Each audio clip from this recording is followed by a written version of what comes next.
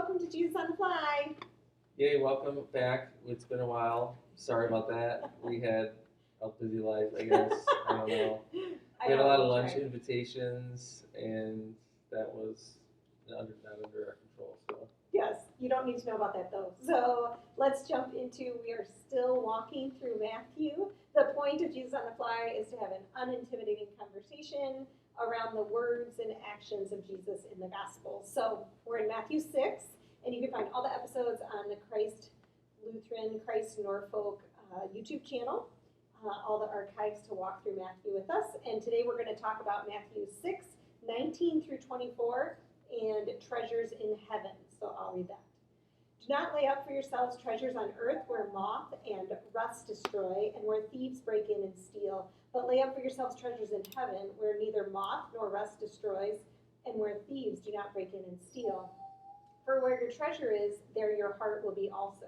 The eye is the lamp of the body, so if your eye is healthy, your whole body will be full of light. But if your eye is bad, your whole body will be full of darkness. If then the light in you is darkness, how great is that darkness?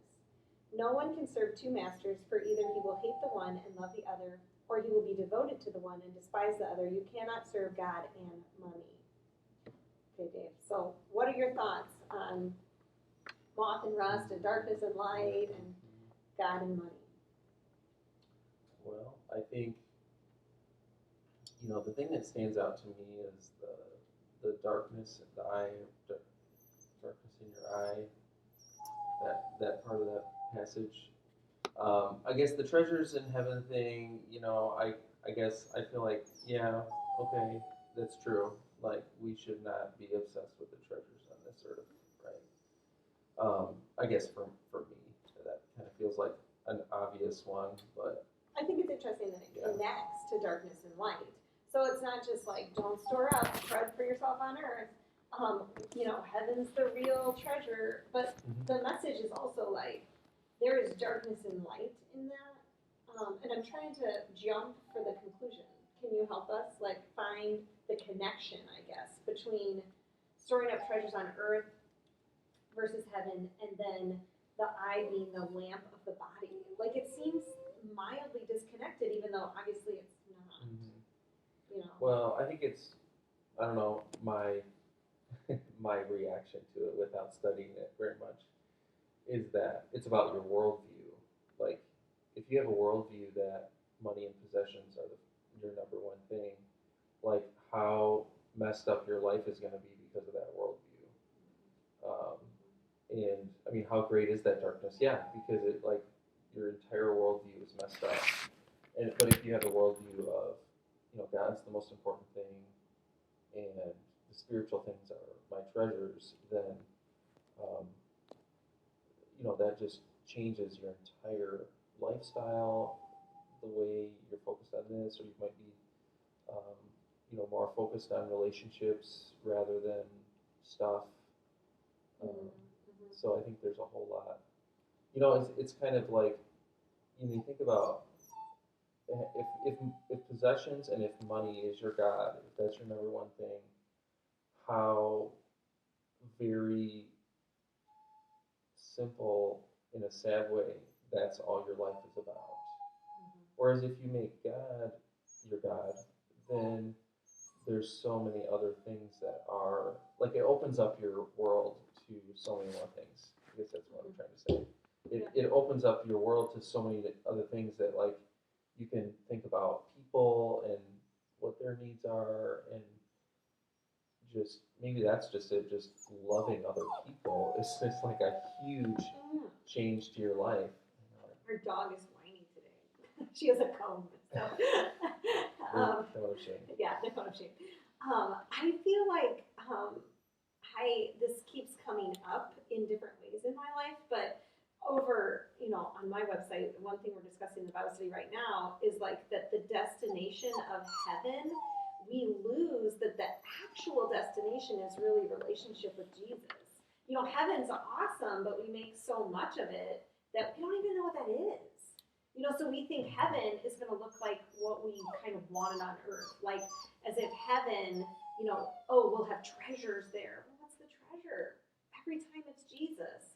And like, I think that's the thing is like, we can store up treasures here. And I think that also is the heart vantage point of like, just waiting around for heaven so I can finally get my stuff. Or I can finally be done with this business and move on to something so much better. As if we live a good life so that we'll just have it later. Yeah, which is not really That's not the way to look at it. That's darkness too. Like, and I think part of the darkness is it doesn't have to be like evil darkness. Sometimes it's just like sheer cloudiness.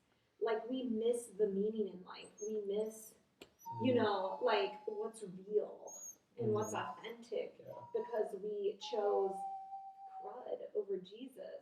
Like, or like whatever satisfies, in this moment over just like spending actual time with him in our lives.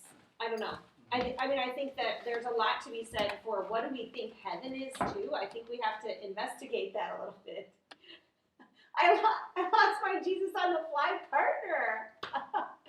Oh, I love it. Chad says that Jesus is such an awesome treasure. And I think that's it. Like, and that's what, we want our kids to discover. That's, at Christ Lutheran, that's why we have a school and a daycare. That's why we have, midweek and Sunday school programs. And that's why we have Bible study. That's why we have, excuse me, that's why we do anything. It's because Jesus is a treasure. And, like, we get that. We get heaven on earth in relationship with Jesus. We get that light coming through us and coming through others to us because of the relationship with Jesus. But I know we're doing this study on joy right now, and I don't want to beat joy with like a dead horse.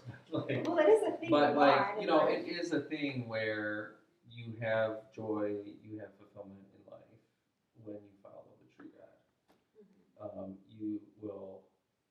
You'll always have maybe this like very short-term happiness with the stuff you have, but then, I mean, your life is essentially filled with more unhappiness than happiness. If you look at it in those terms, Yeah. Well, and I think like it even happens in our relationship with the church. Like if I go to church and I want it to give me this like just unbounding joy, like this like I don't know, this like feeling of joy, this like just inspiration and stuff, and then I walk away and I'm disappointed.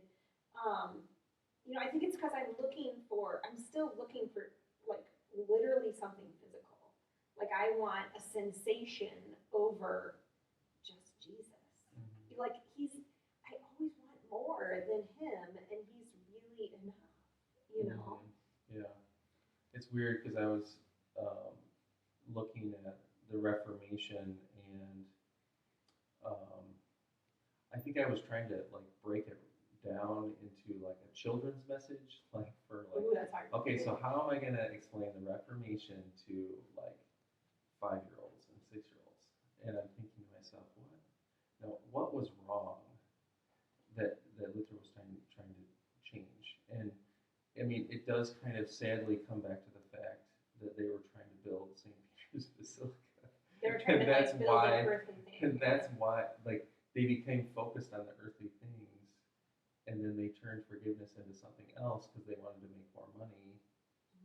And I mean, essentially, that is what it was. And now, I mean, thankfully, if you think about it, like, I think, generally, that's something that we can tell to any church, like, don't be focused on your building. Don't be focused on how much money you could raise or something like that, Somebody said that the Reformation was just a really, really bad fundraiser.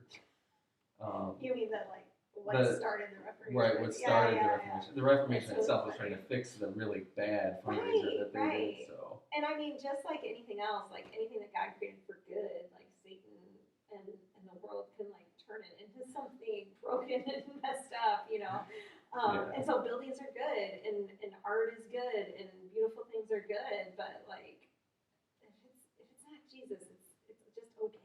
You know what I mean? At the end of the day. So, all right, that's like I think all that we have time for today. But I do want to ask a question, and I want to get some feedback from our listeners and our watchers. Like, what do you think that Jesus brings? Like, what is that treasure that he is? And what do you see him doing that is like treasure filled in your life? Yeah, I mean, what makes that relationship with him a treasure? What do those treasures look like? Yeah, the like like not physical. I mean, maybe some of them are like the Don't body and put blood of physical Christ, but like, things as much but as really they're very. The relationship is something you can see. So what is that though? How does that pour out into life and the world around you? So awesome. All right, you want to pray, Pastor Jay, real fast? Sure. All right. Dear God, thank you for just the treasure of your forgiveness and eternal life that you give to us. Help that to change and mold our lives so that we're focused on the true treasures that you lay before us, whether it's in people or in ways that you have blessed us with. We just pray that you would continue to help us focus on you and make that our true treasure.